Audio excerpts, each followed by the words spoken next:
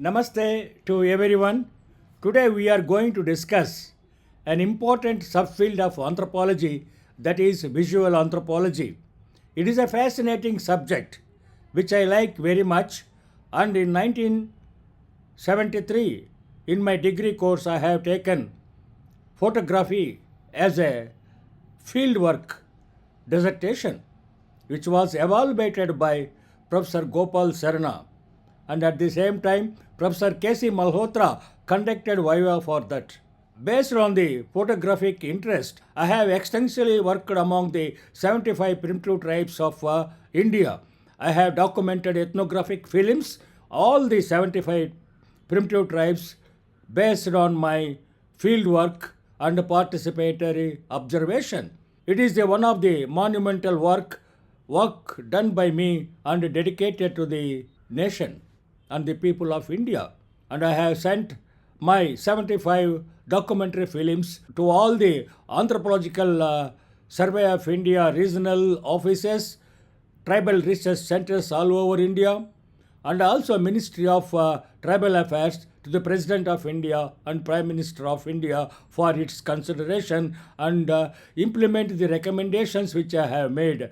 With this brief introduction, now let us look into the subject matter of photography as a mirror of humanity.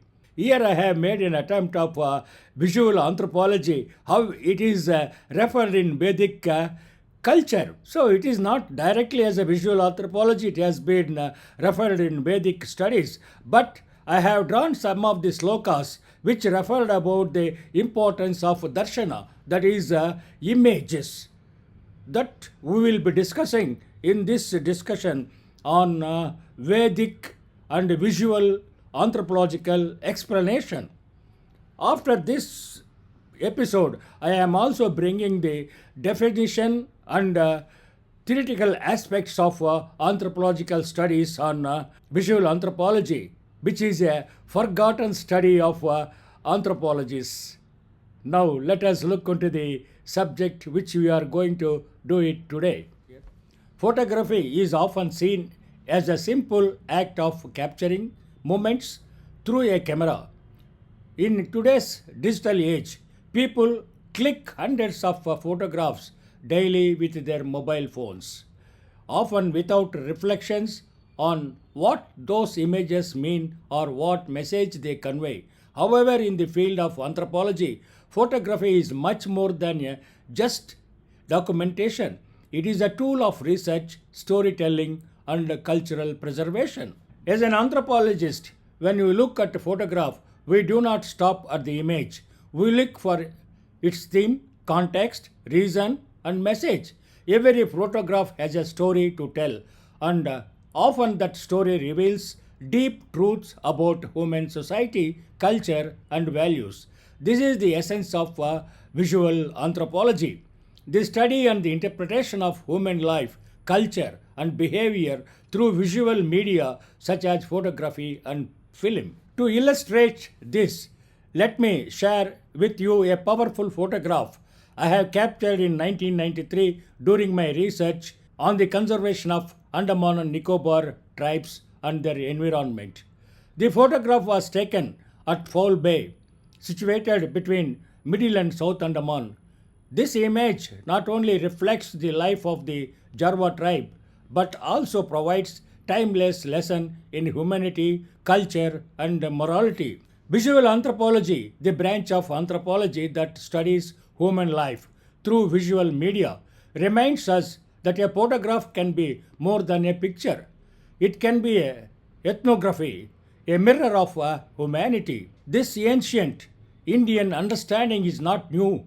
Our Vedas, Puranas already emphasized the sacredness of vision, that is darshan. From Rigveda, in one of the slokas, proclaims like this: Drusyate Sraddhaya Bhaktya Bhavane Susamahitaha Yadartam Darshayed Rupam Tena Satyam Prabhattate. Meaning of this sloka is, when one looks with faith and devotion, the true essence is revealed through the form. By that vision, one approaches truth. Thus, to see is not merely a look, it is to enter into a dialogue with the truth itself. This is also the very essence of visual anthropology. In the same way, in Bhagavad Purana also we have the reference of visual anthropology. The sloka reads like this: Adrushtam cha srutam chaiva shrotavyam drushtameva cha manyat yat tataha satyam nanyadasti kadachana.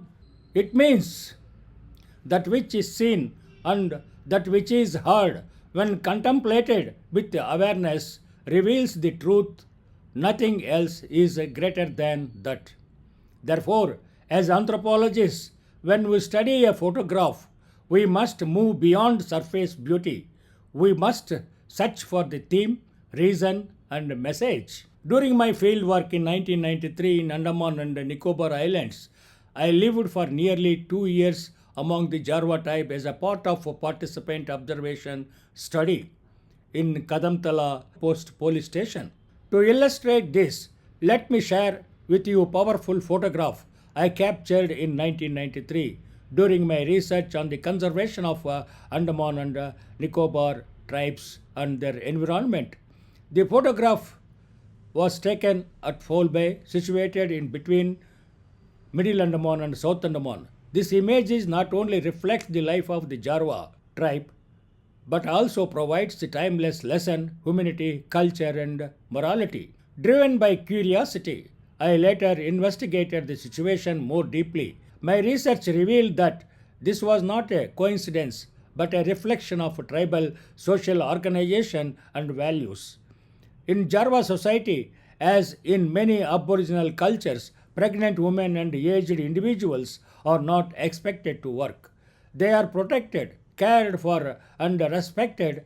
The other 5 mothers of those children had gone for food gathering and fishing, leaving their children in the custody of the pregnant woman. This practice was not just about convenience, it was about community responsibility, collective child care, and trust. In the dense jungle environment, children could face dangers if left alone. By leaving them with a trusted pregnant woman, the mothers ensure both safety and care. Moreover, whatever food was gathered by the community was shared equally. The pregnant woman, though unable to work, still received her rightful share, as did the children under her care. Thus, the scene was not accidental but a profound expression of human trust and collective responsibility. I want to refer here one of the sloka from Atharvaveda. The sloka reads like this: Sangaccha dvansam samvadam samvo manamsi janatam deva bhagam yada purve samjanana upasatahe. Walk together, speak together, let your mind be one accord, just as the gods of old shared their portion together. The Jarwa practice of shared child care and equal food distribution is a living example of the Vedic vision of collective life and shared destiny. Now let us discuss what we have learned from this photograph. From this one photograph, multiple lessons emerge, each supported by cultural wisdom and Vedic insights. The first one is collective responsibility. The community ensures the safety of children, treating child care as a collective duty. The Rig Veda mentions that let all be united, let all have one mind, so that all may live happily together. The second one is respect for vulnerability. Pregnant women and elders are freed from labor but not excluded from community life. This echoes the dharmic ideal that society must protect the weak as a sacred duty, that is dharma rakshaka. The third one is equality in sharing. Food is distributed equally, embodying the value of samanya bhoga, that is a common enjoyment. This resonates with the Iswasya Upanishad. The sloka reads like this: Tena tattvena Bhujnadha ma gruhadaha kasya siddhanam. This profound verse from the Isvasya Upanishad teaches a balance between enjoyment and detachment. The first part, Tena Takvena Bhujnada, that is, enjoy through renunciation, means that real joy is not found in greedy possession, but in living with restraint, using what is necessary whilst surrendering attachment. The second part, Ma Grudhyaha Kasya Siddhanam, it means do not covet what belongs to others. Once against the greed and exploitation, reminding us that everything ultimately belongs to the divine, not to individuals. The fourth one is trust and cooperation. Leaving children with another mother shows profound trust. This value is increasingly scarce in modern urban society. The fifth one we can learn is humanity in pure form. The photograph teaches that even without modern education, Aboriginal society often embody higher moral values and care, compassion. Let us know from this photograph what lessons we have learnt. This seemingly simple photograph reveals profound truth about humanity and culture. The first one is collective responsibility. Unlike modern society, where children care is often seen as an individual responsibility, the Jarva practice show a collective approach. The community takes care of its members, ensuring survival and security. Second one is respect for vulnerability. Pregnant women and elderly are not burdened with labor. Instead, they are respected and supported, acknowledging their vital role in continuity of life and wisdom of society. Equality in sharing. Food, the most basic necessary of life, is shared equally by all regardless if one's ability to contribute. This is a stark contrast to modern economic system, which often reward productivity at the cost of compassion. The fourth one is trust and cooperation. The act of leaving children with the another mother reflects a deep level of trust and cooperation, values that are diminishing in many modern urban societies. The fifth one is humanity in its purest form. Above all, the photograph symbolizes the simplicity and depth of human care. It shows how ancient and aboriginal societies, despite being labeled as primitive, often uphold values of humanity more strongly than modern civilizations. Now let us relate or contrast with the modern photography.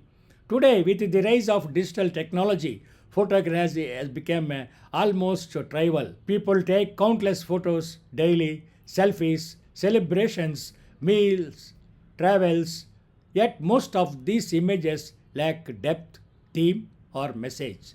They are often consumed and forgotten within seconds on social media. This is where student must pious and reflect. Photography should not only be about quantity but about meaning. A single thoughtful photograph like the one of the Jarva woman can communicate more about human life and cultures than thousands of casual digital snapshots. I hope you have discussed extensively about the Jarva pregnant woman sitting with children. It is a wonderful experience for me in staying at Kadamtala Jetty and visiting daily to the Foul Bay, working on Jarva tribe. This is the report which I have prepared and submitted to the Government of India for its consideration and implement the policy. And the recommendations which have been made were accepted and implemented for the conservation of the Jarvas. Really, it is a God-given gift to me to study the Jarvas and prepare this document for submission of the report. And also I have prepared a ethnographic film on Jarva tribes, and also some small videos also have made and submitted to the Andaman Adimi Jati Vikas Samiti for its consideration. Many of my recommendation was accepted and implemented. Visual anthropology played an important role. I have my slide presentation in the Ministry of Social Welfare and Justice, that is presently Tribal Affairs, presented at that time, and it was widely accepted and appreciated in the ministry with the Secretary of Tribal Affairs and Minister for Tribal Affairs and other officials who were there. So, with this in-depth analysis of Jarva photograph, now let us conclude. Before concluding, let me say a few words. The photograph of the Jarva woman reminds us of an important truth. Humanity is not measured by technological advancement but by value of care, respect, and sharing. In tribal societies, survival depends on cooperation and equality. In modern societies, survival is often competitive, individualistic, and profit driven. In the past, even without modern education, people lived with compassion and shared responsibility. Today, despite education and technology, societies often struggle with selfishness, inequality, and neglect of vulnerability. This contrast is not to idealize tribal life, but to recognize what we can learn important moral lessons from indigenous cultures. The photograph of Jarva pregnant woman with 6 children is more than a ethnographic record. It is a moral lesson and cultural mirror. It shows us how to care for the vulnerable, how to share resources equally, how to live in trust and harmony. As in Mahabharata, Shanti Parva reminds us one of this sloka, Ahimsayo paramo dharmaha dharmahimsa tadaivacha, means non-violence is the highest dharma, but protection of others is also a dharma. See how beautifully in Mahabharata given about sharing of the food, protection of the Jarva live in the principle, not theory but in practice. By protecting pregnant women, children and elders through collective care, photography, when understood this way of becoming not a hobby but a sacred act, a darshana. It is not just about freezing time but about capturing truth, value and humanities. In many universities today, visual anthropology is neither neglected or reduced to technical exercise. The Vedic vision of darshana, which recognizes seeing a sacred act, is forgotten. By integrating these perspectives, visual anthropology can be revived not merely as an academic discipline but as a practice of ethical seeing and cultural understanding. In this age of digital access, let us remember one meaningful photograph can be more powerful than 1,000 empty snapshots. Such a photograph, rooted in visual anthropology and enriched with Vedic wisdom, becomes a timeless teacher of what it means to human. Finally, here is a message for the students and to my friends and colleagues. The Jarva family photo with 6 children is more than a snapshot of life. It is a living lesson from Ishvasya Upanishad. Enjoy through renunciation, do not covet what belongs to others. Their lives are rooted in simplicity, harmony with nature, and respect for each other. While modern society often measures wealth by possessions, the Jarvas show us the true wealth lies in the contentment, sharing, and balance with the environment. As students of visual anthropology, let us learn to see beyond appearance, to honor cultural diversity, and to remember that humanity's strength lies in coexistence, not exploitation. Thank you very much. Hope you have enjoyed this piece of lecture. In continuation of this lecture, I am going to give you the discussion on definition and concepts and the theory of visual anthropology, which may be really interesting for the student of anthropology and to my friends and colleagues. If you like this discussion, please forward to your students, friends and colleagues. Thank you very much. Thank you for your kind hearing. Hope we will meet you in another discussion. చలగి వసుధ కొలిచినన్ని పాదము చలగి వసుధ కొలిచినన్ని పాదము బలితలమోపిన పాదము చలగి వసుధ కొలిచినన్ని పాదము బలితలమోపిన పాదము తలక గగనము తల్లిన పాదము తలక గగనము తల్లిన పాదము బలరిపు కాచిన పాదము బలరిపు కాచిన పాదము బ్రహ్మ కడిగిన పాదము కామిని పాపము కడిగిన పాదము కామిని పాపము కడిగిన